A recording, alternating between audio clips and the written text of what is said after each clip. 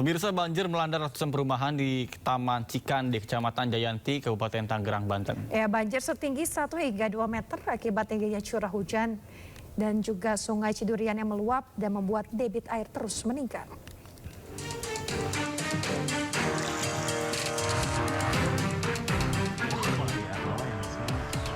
Banjir luapan Sungai Cidurian meluas dan merendam ratusan rumah warga perumahan Taman Cikande, Kecamatan Jayanti, Kabupaten Tangerang, Banten. Ketinggian banjir pun bervariasi antara 80 cm hingga 2 meter. Banjir yang terjadi sejak Senin kemarin kian meluas dan merendam sebanyak 222 kepala keluarga mengungsi.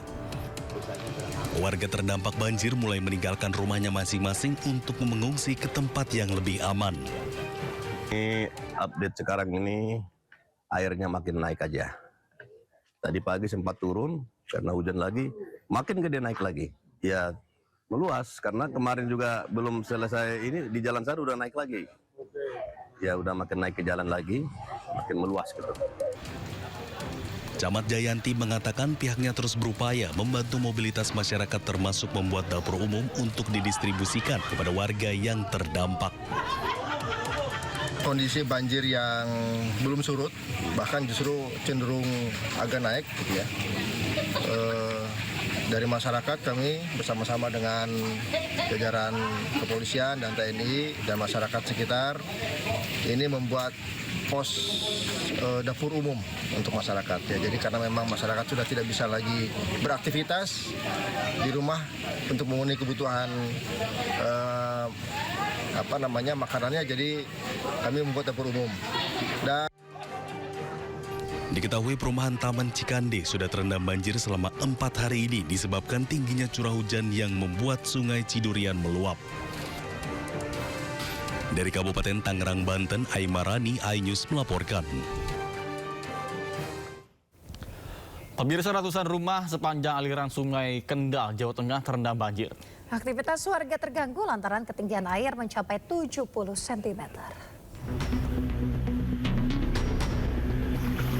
Hujan yang turun sejak Rabu siang sehingga Kamis dini hari mengakibatkan air Sungai Kendal meluap. Aktivitas warga terganggu lantaran air masuk ke dalam rumah warga dengan ketinggian 70 cm. Menurut masyarakat setempat, banjir sering terjadi setiap kali hujan deras akibat Sungai Kendal meluap. Sejumlah fasilitas umum seperti rumah sakit dan sekolah ikut terendam. Akibatnya aktivitas belajar mengajar siswa diliburkan. Ya emang sih udah langganan banjir setiap tahun. Tapi kalau dibuangnya ke sini semua kan payah ya. Saya nggak bisa jualan, bantuan mana nggak ada, pernah sama sekali nggak ada bantuan. Banjir juga menggenangi jalur Pantura Kendal. Akibatnya arus lalu lintas tersendat. Dari Kendal, Jawa Tengah, Edi Prayitno, iNews melaporkan. Pemirsa, intensitas hujan tinggi membuat rumah di 26 desa di Kudus, Jawa Tengah terendam banjir. Akibatnya ratusan orang mengungsi di 4 posko pengungsian. Banjir masih melanda salah satu desa di Kecamatan Jati Kudus, Jawa Tengah. Ketinggian yang merendam rumah warga semakin meningkat, bahkan ada yang mencapai hampir 1 meter. Meski begitu, sebagian besar warga memilih untuk bertahan di rumah masing-masing dan enggan untuk dievakuasi ke pengungsian. Banjir ini merendam 18 RT di 5 RW dengan total warga terdampak mencapai 3.500 orang. Saat ini desa sudah menyiapkan lokasi pengungsian dan mendirikan dapur umum. Semuanya sekitar 3.500-an terdampak banjir. Seluruh warga saya sekitar 3.500. Untuk ini, mitigasi bencana Pak, apakah sudah disiapkan dari mulai dapur umum, posko, dan kira-kira titiknya di mana Pak? Titiknya ini pengungsian di Gedung Muslimat Loram Kulon Mas, Jedes Kapuan sementara. Karena di wilayah kami tidak ada tempat untuk membuat dapur umum maupun untuk tempat pengungsian semuanya. Data BPBD Kabupaten Kudus menyebutkan saat ini ada 26 desa di 6 kecamatan yang terdampak banjir. Sedikitnya 48.000 jiwa terdampak, sementara jumlah pengungsi saat ini mencapai 164 warga. Dari Kudus, Jawa Tengah, Nur Hoirudin, iNews melaporkan. Pemirsa, di masa penanganan pasca bencana Sumatera Utara, Satuan Brimopolda Sumatera Utara bangun sumur galian di Desa Batu Hori, Kecamatan Batang Toru, Tapanuli Selatan.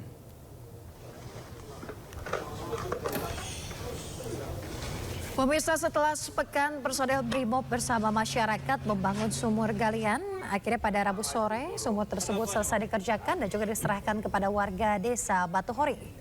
Banyaknya bebatuan membuat mereka tidak dapat membangun sumur bor dan memilih membuat sumur galian. Hal ini dilakukan atas arahan dan Sat Brimob Polda Sumut, Kombes Pol Rantau Isnur Eka, guna menunjang kebutuhan air bersih serta membantu menjaga kebersihan dan juga kesehatan lingkungan selama masa penanganan pasca bencana. Sumur galian ini dapat memenuhi kebutuhan air sekitar 20 kepala keluarga di wilayah tersebut.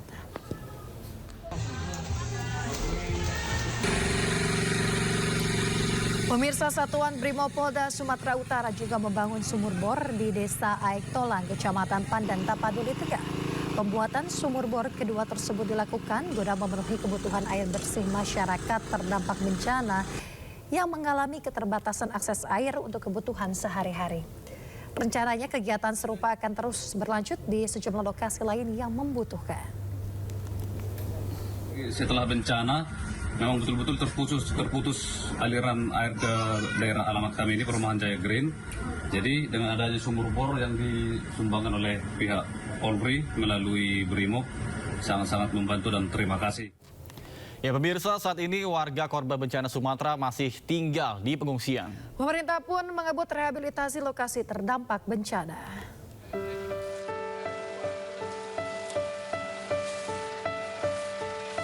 Hampir 2 bulan sudah sejak bencana banjir dan tanah longsor menerjang Aceh, Sumatera Utara, dan Sumatera Barat. Hingga kini, warga masih tinggal di tempat-tempat pengungsian yang didirikan oleh pemerintah.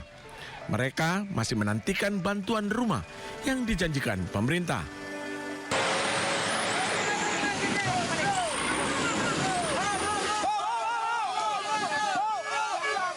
Penyaluran bantuan pun terhambat kondisi jalan yang masih sulit ditembus.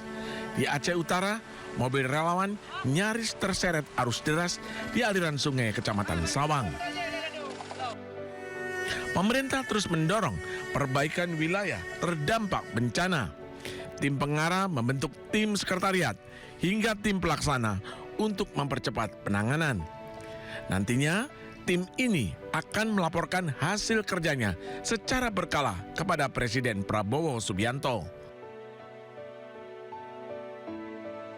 Jadi kami di tim pengarah ini tugasnya adalah antara lain menetapkan rencana induk rehab rekon, kemudian juga rencana aksi untuk rehab rekon. Selain itu kita juga melakukan monitoring dan evaluasi serta memberikan laporan rutin kepada Bapak Presiden.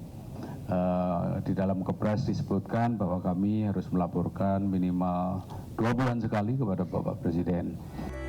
Sementara itu, pemerintah pastikan pasokan pangan di daerah terdampak bencana tidak mengalami gangguan signifikan.